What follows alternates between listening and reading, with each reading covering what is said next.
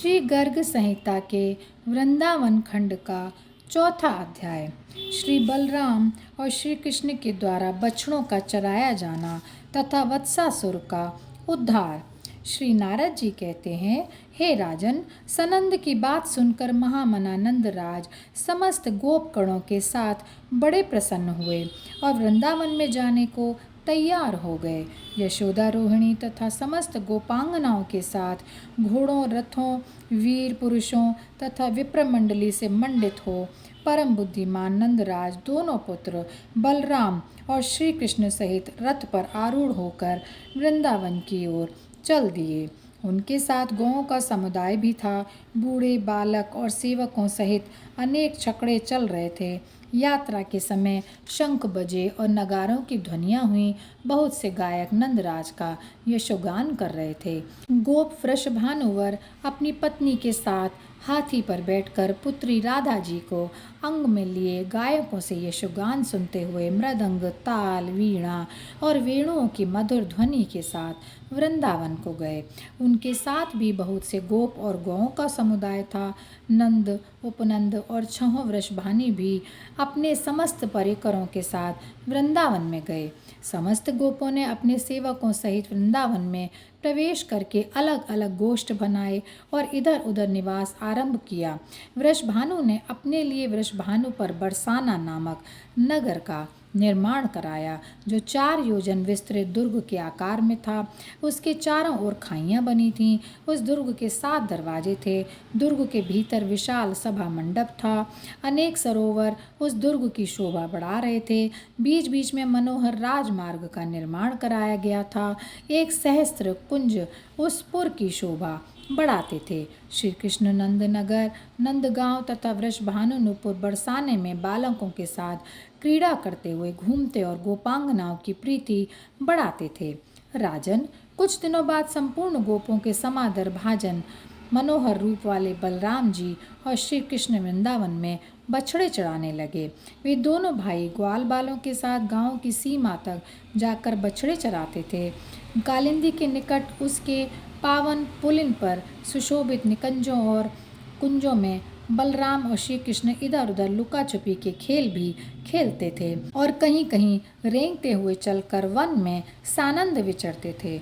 उन दोनों के कटे प्रदेश में करधनी की लड़ियां शोभा देती थीं। खेलते समय उनके पैरों के मज्जीर और नूपुर मधुर झंकार फैलाते थे। बलराम जी के अंगों पर नीलांबर शोभा पाता था और श्री कृष्ण के अंगों पर पीतपट। वे दोनों भाई हार और भुजबंदों से भूषित थे। कभी बालकों के साथ क्षेपणों, ढेलवासों द्वारा ढेले फेंकते और कभी बांसुरी बजाते थे। कुछ ग्वाल बाल अपने मुख से करधनी के घुंघरुओं की सी ध्वनि करते हुए दौड़ते और उनके साथ वे दोनों बंधु राम और श्याम भी पक्षियों की छाया का अनुसरण करते भागते हुए सुशोभित होते थे। सिर पर मयूर पिच्छ लगाकर फूलों और पल्लवों के श्रृंगार धारण करते थे। नरेश्वर, एक दिन उनके बछड़ों के झुंड में कंस का भेजा हुआ वत्सासुर आकर मिल गया। श्री कृष्ण को यह बात विदित हो गई और वे उसके पास गए। वे दैत्य गोप बालकों के बीच में सब और पूंछ उठाकर बार बार दौड़ता हुआ दिखाई देता था। उसने अचानक आकर अपने पिछले पैरों से श्री कृष्ण के कंधों पर प्रहार किया।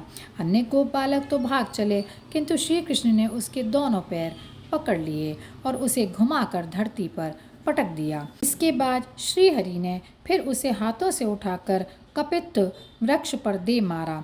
फिर तो वह दैत्य तत्काल मर गया। उसके धक्के से महान कपित्थ वृक्ष ने स्वयं गिरकर दूसरे दूसरे कपित्थ वृक्षों को भी धाराशायी कर दिया।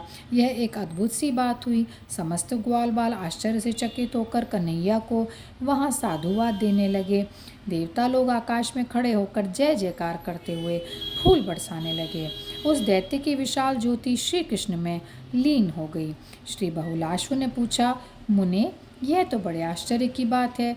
बताइए तो, इस वत्सासुर के रूप में पहले का कौन सा पुण्यात्मा पुरुष प्रकट हो गया था, जो परिपूर्णतम परमात्मा श्री कृष्ण में विलीन हुआ? श्री नारद जी बोले, राजन, मुर के एक पुत्र था, जो महादैत्य प्रमील के नाम से विख्यात था। उसने देवताओं को भी युद्ध में जीत लिया था। एक दिन वह वशिष्ठ मुनि के आश्रम पर गया।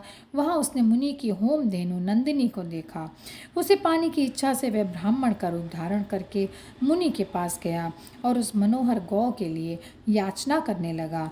महर्षि दिव्यदर्शी थे, अतः सब कुछ जानकर भी चुप रह गए, कुछ बोले नहीं। तब गौ ने स्वयं कहा।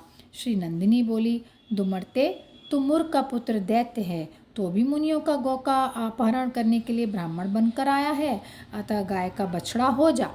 श्री नारद जी कहते हैं, राजन, नंदिनी के इतना कहते ही वह महान असुर मुरपुत्र गोवत्स बन गया।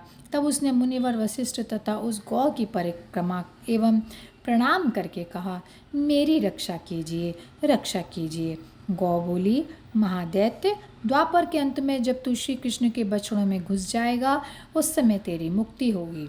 श्री नारद जी कहते हैं, उसी शाप और वरदान के कारण परिपूर्णतम पतित पावन साक्षात भगवान श्री कृष्ण में दैत्य वत्सासुर विलीन हुआ। इसमें विस्मय की कोई बात नहीं है। और यहीं पर ये वृंदावन खंड का चौथा अध्याय समाप्त होता है। जय श्री कृष्णा, जय श्री कृष्णा, जय श्री कृष्णा।